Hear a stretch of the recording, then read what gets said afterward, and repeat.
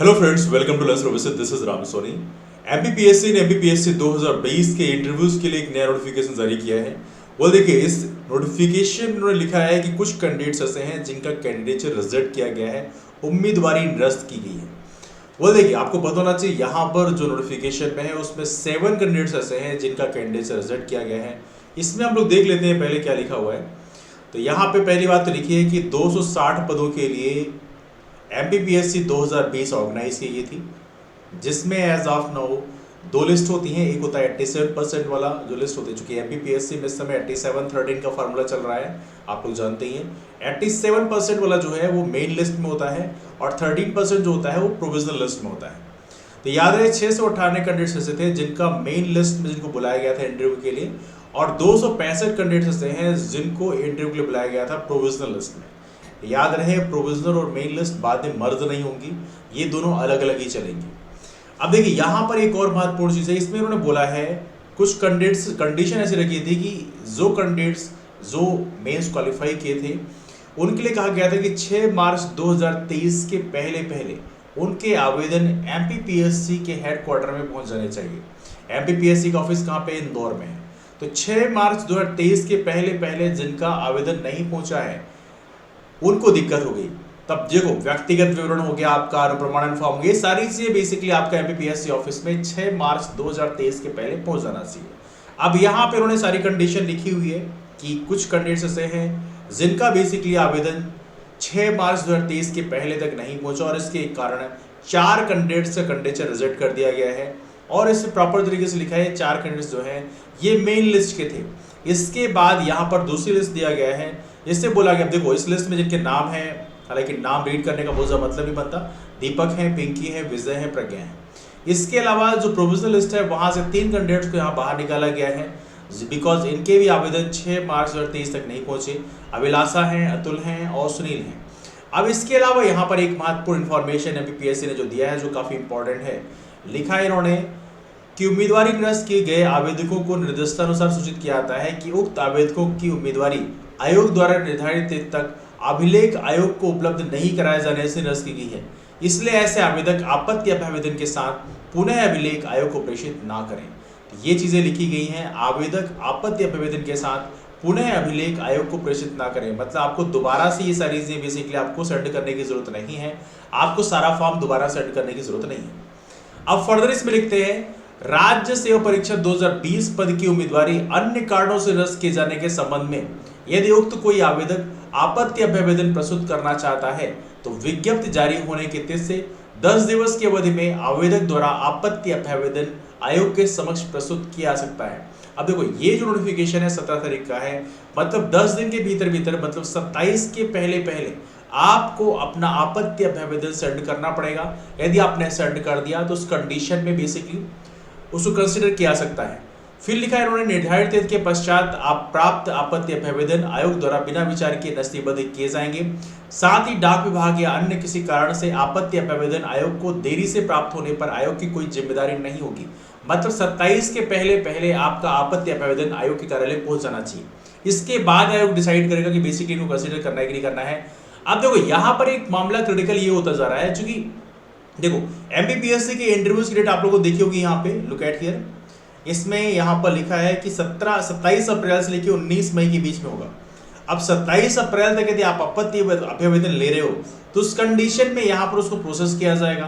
तो ये अब एक बड़ा सा कॉम्प्लिकेशन हो गया कि 27 से इंटरव्यूज स्टार्ट हो पाएंगे या नहीं हो पाएंगे। That's a big complication right now.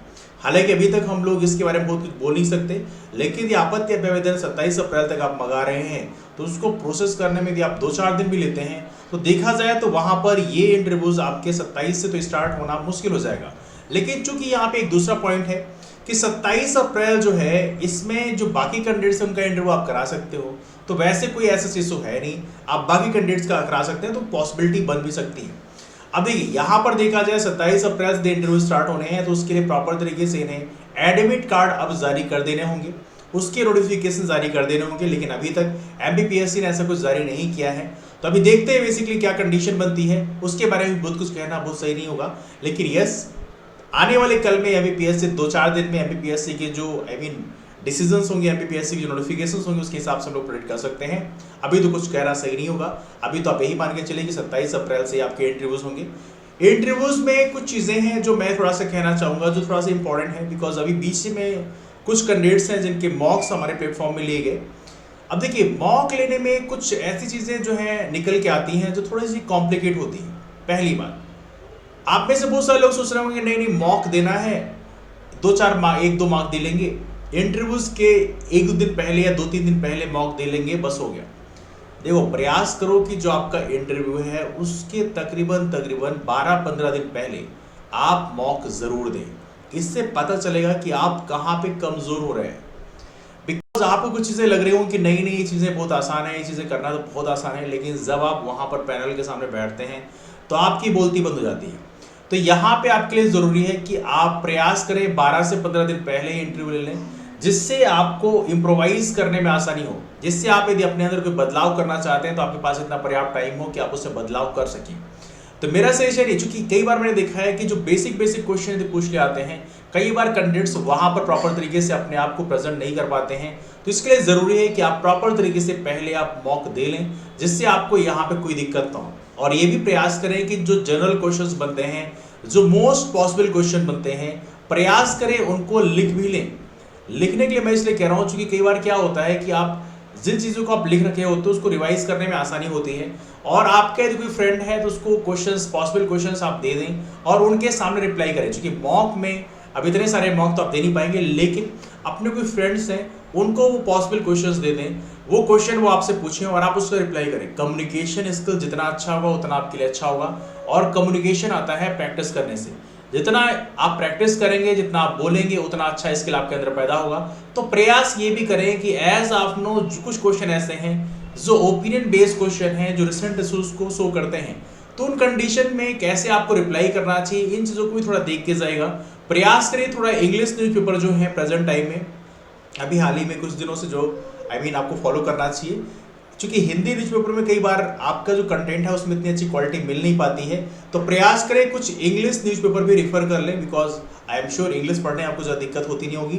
Because मैं इसलिए बोल रहा हूँ, बिकॉज क्या होता है कि हमारे इंग्लिश न्यूज़पेपर में बहुत सारे ऐसे एक्सपर्ट्स होते हैं जो अपनी राय देते हैं। जैसे अभी हाल ही में अतीक का जो इशू है, जो कंट्रोवर्सी आई थी, क्योंकि ऑब्वियस है पुलिस कस्टडी में किसी की डेथ होना एक बड़ी कॉम्प्लिकेशन क्रिएट करती है।